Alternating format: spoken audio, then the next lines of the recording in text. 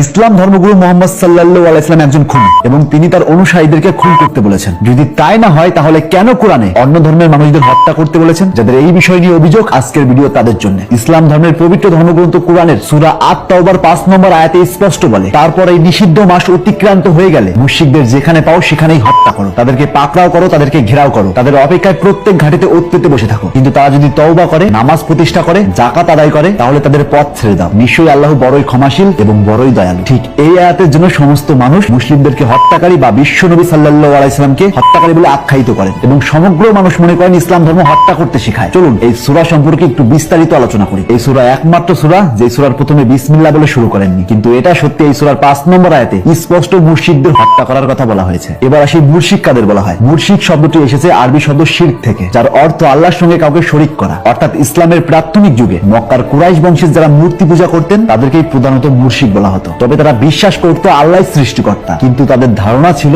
বিভিন্ন দেবদেবী বা মূর্তির মাধ্যমে আল্লাহর কাছে পৌঁছাতে হবে। তাই তারা কাবার ভিতরে এবং আশেপাশে মোট 360টি মূর্তি স্থাপন করেন। এবার আসি, সত্যি কি কোরআন সমস্ত অমুসলিমকে হত্যা করতে বলেছেন, নাকি এর মধ্যে লুকিয়ে আছে অন্য ঘটনা? সূরা আত-তাওবা নাযিল হয় হিজরির 9ম বছরে। তখন আরব উপদ্বীপের মুসলিমদের সঙ্গে কিছু নির্দিষ্ট মুশরিক গোত্রের সঙ্গে চুক্তি হয়, টানা 10 বছর কোনো যুদ্ধ করা যাবে না, দুই পক্ষের বিরুদ্ধেই পরস্পর সাহায্য করবে না। যে কোনো গোত্র চাইলে মুসলিম পক্ষে বা কুরাইশদের পক্ষে চুক্তিবদ্ধ হতে পারবে, কেউ গোপনে আক্রমণ বা বিশ্বাসঘাতকতা করতে পারবে না। এটা ছিল শান্তি এবং সহাবস্থানের চুক্তি। অর্থাৎ এই চুক্তির মেইন উদ্দেশ্য ছিল শান্তি, কিন্তু এই চুক্তি হওয়ার পরেও সেই মুশরিকরা বারবার সেই চুক্তি ভঙ্গ করছিল। তারা গোপনে ষড়যন্ত্র করে, বিশ্বাসঘাতকতা করে এবং অকারণেই বারবার যুদ্ধ করেছিলেন। অর্থাৎ এক কথায় তারা বারবার সমস্ত চুক্তি ভঙ্গ করছিলেন। এটা শুধু একবার নয়, তারা বারবার করতে থাকে। তখন নাজিল হয় এই সূরা আত-তাওবা। তখন বলা হয় ওই চুক্তি ভঙ্গকারী মুশরিকদের যেখানে পাবে সেখানে হত্যা করো, তাদের প্রত্যেকটা ঘাটিতে ওঁত পেতে বসে থাকো, কিন্তু যেই সব মুশরিকরা ক্ষমা চাবে তাদেরকে যেতে দাও। অর্থাৎ এই সূরা নাজিল হয় শুধুমাত্র এক নির্দিষ্ট চুক্তি ভঙ্গ করা মুশরিকদের জন্য, সারা পৃথিবীর মানুষদের জন্য নয়। চলুন আরেকটু সহজ করে বলি। ধরুন ভারত আর পাকিস্তানের মধ্যে শান্তি চুক্তি হলো। চুক্তিতে লেখা হলো পরস্পর কেউ কাউকে আক্রমণ করবে না, কখনো বিশ্বাসঘাতকতা করবে না, কখনো চিট করবে না এবং নিরপরাধ মানুষদের হত্যা করবে না। কিন্তু এই চুক্তি হওয়া সত্ত্বেও পাকিস্তান বারবার ভারতবর্ষকে আক্রমণ করতে থাকে। ভারত সীমান্তের কাশ্মীরের উপর হামলা চালায় এবং অকারণে মানুষদের হত্যা করতে লাগলো। তাদেরকে বারবার সতর্ক করা সত্ত্বেও তারা এই অপকর্ম করতেই থাকলো। তারা প্রতিনিয়ত চুক্তি ভঙ্গ করছিল। এবার সত্যি করে বলুন তো, ভারতবর্ষ কি চুপ করে থাকবে? একদমই না। যেহেতু তারা বারবার সতর্ক করা সত্ত্বেও তারা চুক্তি ভঙ্গ করছে, তাই তাদের এই হামলা থামানোর জন্য তাদের সঙ্গে যুদ্ধ ঘোষণা করতে হবে। ঠিক তেমনি মুশরিকরা যখন বারবার চুক্তি ভঙ্গ করছিল, তাই তাদেরকে শুধরানোর জন্য 4 মাস সময় দিয়েছিল। যদি তারা এই 4 মাসের মধ্যে না শুধরায়, তবে চুক্তি ভঙ্গকারী, অশান্তি সৃষ্টিকারী মুশরিকদেরকে যেখানে পাবে সেখানেই হত্যা করা হবে। চলুন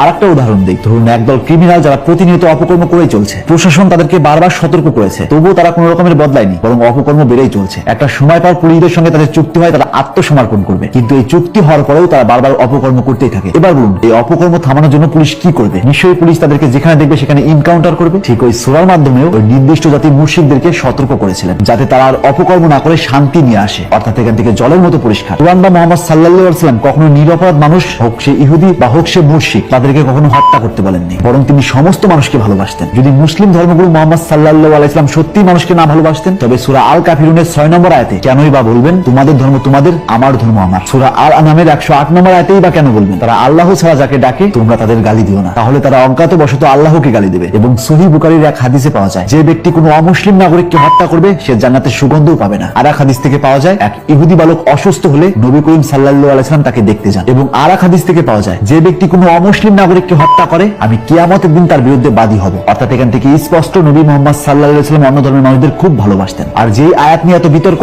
সেই আয়াত সমগ্র অমুসলিমদের জন্য নয়, বরং কোনো এক সময়ের কোনো এক নির্দিষ্ট সীমা লঙ্ঘনকারী মুশরিকদের জন্য। আর যারা এই আয়াত নিয়ে বিতর্ক সৃষ্টি করেন, ফার্স্ট এই একটা আয়াত না পড়ে এই সূরা আত-তাওবার সমস্ত আয়াতগুলো পড়ুন এবং তার সমস্ত প্রেক্ষাপট সহ সমস্ত মানে জানার চেষ্টা করুন। সবকিছুর পরিপ্রেক্ষিতে একটা কথাই বলতে চাই, সে হোক হিন্দু ধর্ম, হোক মুসলিম ধর্ম, কিংবা হোক খ্রিস্টান বা বৌদ্ধ ধর্ম, সেই ধর্মকে প্রপারলি না জেনে সেই ধর্মকে কটূক্তি করা অন্যায়। আপনি তখনই মন্তব্য করুন যখন আপনি সমস্ত ঘটনা অবগত, আর ভুলেও কোনো ধর্মগ্রন্থে অপব্যাখ্যা করবেন না। আর একটা কথা সবসময় মনে রাখবেন, আমাদের ধর্ম আমাদের কাছে শ্রেষ্ঠ, তাদের ধর্ম তাদের কাছে শ্রেষ্ঠ। তাই কোনো ধর্মকে অসম্মান করবেন না। তাই প্রত্যেক ধর্মের উপর রেসপেক্ট রেখে কথা বলুন, কারণ আমি বিশ্বাস করি প্রত্যেক ধর্ম শান্তির ধর্ম, প্রত্যেক ধর্ম শান্তি শেখায়। কিন্তু এই সমাজে এক শ্রেণীর মানুষ আছে যারা ধর্মগ্রন্থগুলোকে বিকৃতি করে প্রতিনিয়ত অশান্তি বাঁধাচ্ছে। নিশ্চয়ই নিজের ধর্মটাকে শ্রেষ্ঠ প্রমাণ করুন, কিন্তু তা অন্য ধর্মকে ছোট করে নয়। আমার ভিডিওর উদ্দেশ্য কোনো ধর্মকে ছোট করা বা অসম্মান করা নয়, বরং আমার ভিডিওর উদ্দেশ্য সত্যটাকে জানানো। আর সত্য হলো নিম পাতার মতো, খেতে তেতো হলেও উপকার আছে। আর ভিডিওতে কোনো রকমের ভুল ত্রুটি থাকলে তা অবশ্যই ক্ষমার দৃষ্টিতে দেখবেন। আর কোনো তথ্যের ঘাটতি থাকলে কমেন্ট বক্সে থাকা ইমেল নাম্বারে অবশ্যই তথ্য দিয়ে সাহায্য করবেন। তাই আজ থেকে